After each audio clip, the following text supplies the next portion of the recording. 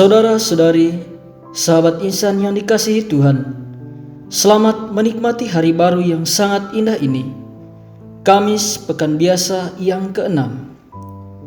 Sebelum kita bergulat dengan seluruh aktivitas kita sepanjang hari ini, marilah terlebih dahulu saya mengajak kita semua untuk bersama-sama menimba kekuatan spiritual dari Sabda Allah sebagai inspirasi dan pedoman hidup kita pada hari ini.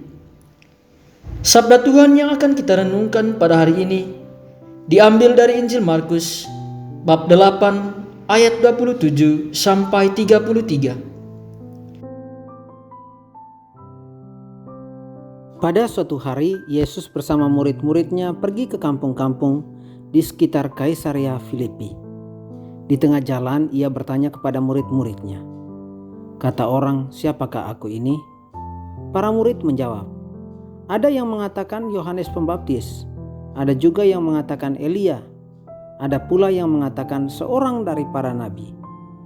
Yesus bertanya lagi kepada mereka, "Tetapi menurut kamu, siapakah aku ini?" Maka Petrus menjawab, "Engkau adalah Mesias." Dan Yesus melarang mereka dengan keras supaya jangan memberitahukan kepada siapapun tentang Dia. Kemudian mulailah Yesus mengajarkan kepada mereka bahwa Anak Manusia harus menanggung banyak penderitaan. Ia akan ditolak oleh para tua-tua, imam-imam kepala dan ahli-ahli Taurat, lalu dibunuh dan bangkit sesudah 3 hari. Hal ini dikatakannya dengan terus terang. Tetapi Petrus menarik ke samping dan menegurnya. Maka berpalinglah Yesus dan sambil memandang murid-muridnya, ia memarahi Petrus, katanya, "Enyalah iblis, sebab engkau bukan memikirkan apa yang dipikirkan Allah, melainkan apa yang dipikirkan manusia."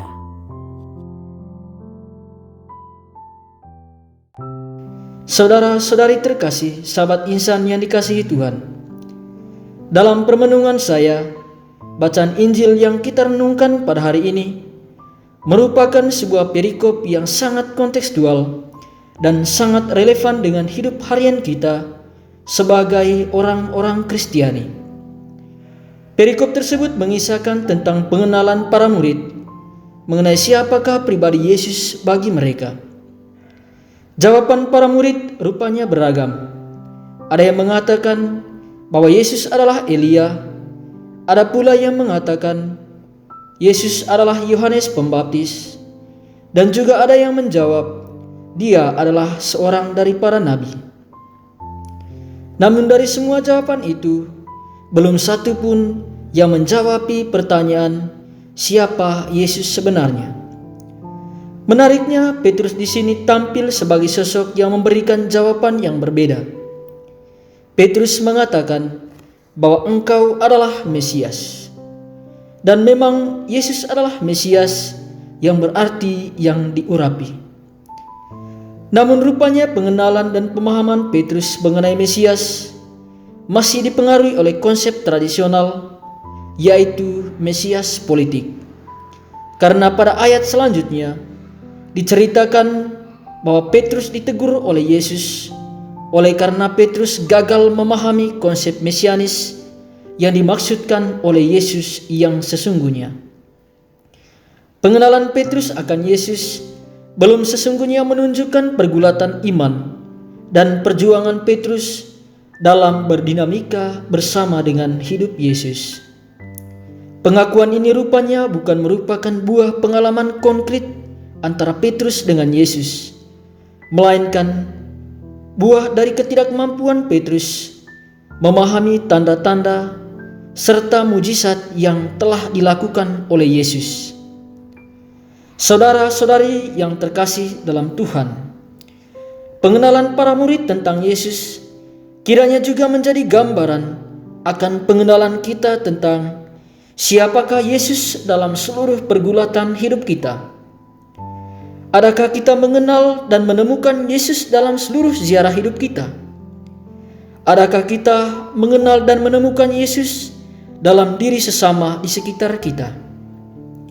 Pengenalan yang sungguh akan pribadi Yesus hendaknya menjadi daya dorong bagi kita untuk membangun dunia kehidupan yang jauh lebih baik. Dalam spiritualitas Kristiani, saling mengenal bukan hanya soal pengenalan akan nama, tempat tinggal, pekerjaan, dan lain sebagainya. Tetapi saling mengenal dalam spiritualitas Kristiani mengandaikan bahwa kita mengenal seluruh pergulatan hidup serta kecemasan-kecemasan yang dialami oleh sesama di sekitar kita. Ketika kita sudah saling mengenal, kita terdorong untuk melakukan aksi solidaritas, yakni terdorong untuk membantu dan meringankan beban sesama di sekitar kita.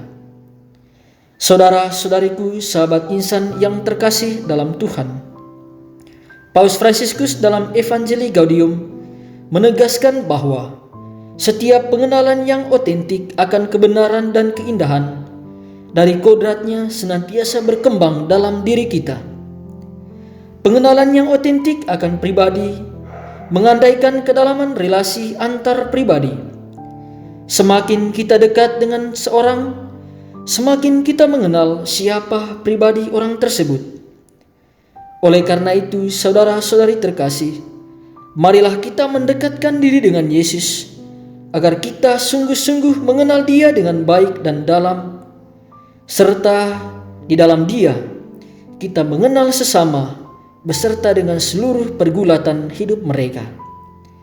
Semoga Tuhan memberkati kita dalam seluruh ziarah hidup kita sepanjang hari ini. Amin.